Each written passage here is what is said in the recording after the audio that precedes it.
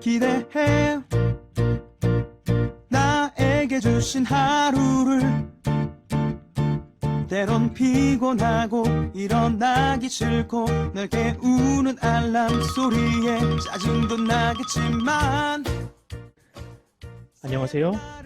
오늘도 부른 말씀 권순민 목사입니다. 쉬지 않고 나를 지키셨네. 오늘을 나에게 주셨네. 새 말씀 안에 주가 주신 사랑과 은혜와 능력. 오늘 우리가 은혜 받을 하나님 말씀은 사무엘하 22장 26절로 28절까지 말씀입니다. 자비한 자에게는 주의 자비하심을 나타내시며 완전한 자에게는 주의 완전하심을 보이시며 깨끗한 자에게는 주의 깨끗하심을 보이시며 사악한 자에게는 주의 거스르심을 보이시리이다. 주께서 공고한 백성은 구원하시고 교만한 자를 살피사 낮추시리이다. 아멘. 오늘은 고난 속에서 다윗이 던진 두 가지 질문이라는 제목으로 말씀 전하겠습니다. 천개의 심장이라는 책이 있습니다. 이 책의 저자는 이시온 선교사님으로 전쟁이 끊이지 않는 이 아프가니스탄에서 선교사 겸 축구 감독으로 20년 동안 사역하시면서 있었던 일들을 이 책에 기록하셨습니다. 기독교 불모지로 여겨지는 아프간 땅에서 수년간 선교사로 활동하면서 이루 말할 수 없는 척박한 환경 속에서도 다시 주님의 부르심과 또한 그를 향한 사랑 때문에 그 땅으로 돌아와야 했던 이 선교사님의 간증을 읽으면서 목회자로서 참 많은 반성과 도전을 받았습니다. 그리고 이 책을 읽으면서 지금도 잊지 못하는 한 구절이 있는데요. 이제 우리는 나에게 하나님이 어떤 분이신지의 산을 넘어서 하나님께 나는 어떤 사람인지를 생각해야 한다.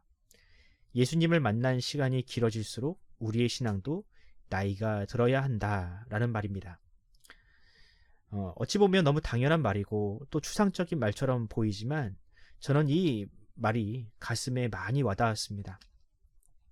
특히 생사를 넘나드는 이 험난한 선교 현장에서 이런 깊이 있는 묵상을 하셨다는 것이 너무나도 놀라웠습니다. 오늘 당장 포탄을 맞고 죽어도 이상하지 않은 현실 앞에서 살아남는 것이 최우선이 될 수밖에 없는 현실 앞에서 이런 고민을 하는 것이 과연 쉬울까요? 그런 환경에서 하나님에 대한 묵상을 넘어 자기 자신이 하나님 앞에 어떤 사람인지를 고민한다는 것이 과연 가당키나 한 일이겠습니까? 그에 반하여 우리는 어떻습니까? 아프간보다는 훨씬 살만한 환경에 살면서도 이런저런 핑계를 대면서 신앙생활을 하는 게 힘들다고 합니다. 심지어는 기도할 시간조차 없다고 합니다. 생존을 위해 우리보다 더 절박하고 또 치열하게 살아야 하는 분들은 하나님을 묵상하지 않으면 버틸 수가 없다고 하는데 비교적 여유 있는 삶을 사는 우리가 이런 게으른 이야기를 한다는 사실이 너무나도 아이러니하지 않습니까? 오늘 본문을 기록한 다윗의 상황도 마찬가지였습니다. 사울에게 잡혀서 언제 죽을지 모르는 그 처절한 현실 속에서도 그는 끊임없이 하나님을 묵상했습니다. 그 결과가 무엇입니까? 오늘 본문을 보면 다윗은 누구보다 하나님을 잘 이해하고 있는 사람처럼 보입니다. 비록 그가 제사장들이나 또는 다른 선지자처럼 체계적인 신학 공부를 하지는 않았지만 이 광야라는 치열한 삶의 현장에서 그는 누구보다 하나님을 더 가까이에서 또 하나님의 음성을 들었던 사람입니다. 오늘 이 새벽 무엇이 다윗으로 하여금 이런 깨달음을 주었으며 우리가 만나야 하는 하나님은 어떤 분이신지 함께 묵상하는 시간을 가져보도록 하겠습니다. 사울이 죽고 다윗은 드디어 감옥과도 같은 그 광야에서 벗어나게 되었습니다. 이제 다윗은 지나온 날들을 회상하면서 하나님께서 어떻게 자신을 지키셨고 또 보호하셨는지를 간증하고 있습니다. 여기서 다윗은 그동안 자신이 경험한 하나님을 다음과 같이 노래하고 있는데요. 제가 앞선 22장 2절로 3절을 한번 읽어드리겠습니다. 이르되 여호와는 나의 반석이시오 나의 요새이시오 나를 위하여 건지시는 자시오 내가 피할 나의 반석의 하나님이시오 나의 방패이시오 나의 구원의 뿌리시오 나의 높은 망대시오 그에게 피할 나의 피난처시오 나의 구원자시라 나를 폭력에서 구원하셨도다. 아멘. 다윗은 하나님을 설명할 때 반석, 요새, 방패, 높은 망대, 피난처 이와 같은 이름으로 하나님을 부르고 있습니다. 물론 이것은 시적인 표현이기도 하지만 그만큼 다윗은 하나님을 정말로 다양하게 표현할 만큼 잘 알고 있었다는 뜻과 같습니다. 다른 사람들이 하나님을 그저 한 가지 단어로 설명을 할 때 다윗은 수많은 표현으로 하나님을 설명할 수 있었던 것입니다.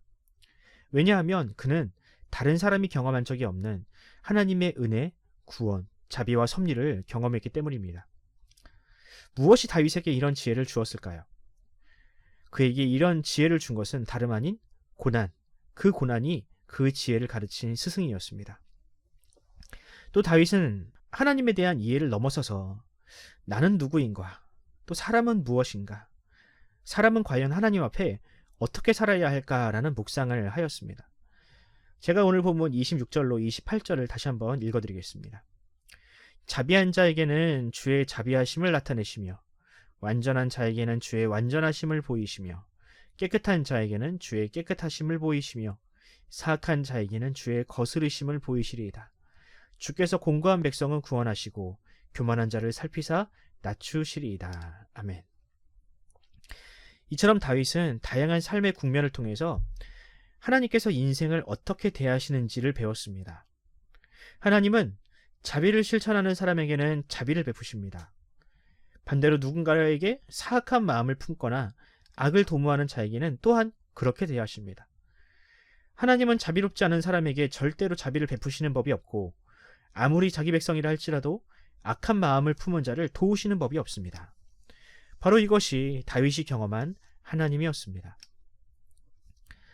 하나님의 섭리를 알면 사람은 자연스럽게 다윗처럼 스스로를 돌아보게 됩니다. 나는 과연 하나님 앞에서 지금 어떤 평가를 받고 있는가? 나는 과연 하나님 앞에 어떤 삶을 살아가고 있는가? 나는 과연 하나님의 은혜를 받기에 합당한 삶을 살고 있는가? 라는 질문을 스스로에게 하게 되는 것이죠. 이처럼 다윗은 고난 속에서 끊임없이 하나님은 어떤 분이시며 나는 그런 하나님 앞에 어떤 존재인가를 계속해서 묵상했습니다. 그리고 하나님과 동행하는 것이 그것만이 자신이 사는 길임을 알았기에 하나님의 선하심, 자비하심, 그분의 성품대로 자신이 닮아가기 위해서 끊임없이 질문하는 인생을 살았습니다. 만약 다윗이 호화로운 궁궐에 있었다면 무엇을 먹을까, 무엇을 입을까를 고민했겠지요. 하지만 광야에서는 그 모든 고민들이 쓸모없었기에 그는 오로지 하나님과 자기 자신에게만 집중할 수 있었습니다. 사랑하는 성도 여러분, 이 말씀 앞에서 우리를 한번 비추어 봅시다. 과연 우리는 하나님을 얼마나 잘 알고 있습니까? 우리는 다른 사람 앞에서 우리가 믿는 하나님을 얼만큼이나 설명할 수 있습니까? 다윗처럼 하나님을 10가지 단어로 설명할 수 없다 할지라도 내가 만난 하나님은 이런 분이다 라고 자신 있게 설명할 수 있어야 하지 않을까요? 또 나는 하나님을 만나서 이렇게 변화되었어. 왜냐하면 하나님은 그런 사람을 기뻐하시거든 이라며 변화된 우리를 누군가에게 보여줄 수 있어야 하지 않을까요? 때로는 하나님께서 우리에게 고난을 주시는 이유가 있습니다. 고난은 우리가 하나님을 더 가까이에서 만날 수 있는 현장이며 또한 교실이며 또한 하나님 앞에서 우리의 신앙을 되돌아보게 만드는 거울과도 같기 때문입니다. 그러므로 지금 여러분들이 고난 속에 있다라고 여겨지신다면 이번 기회에 하나님의 다른 이름을 발견하시기 바랍니다.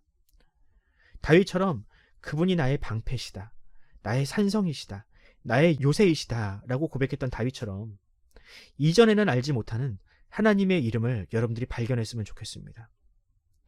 그리고 이제는 다른 누군가에게 그 하나님을 소개했으면 좋겠습니다.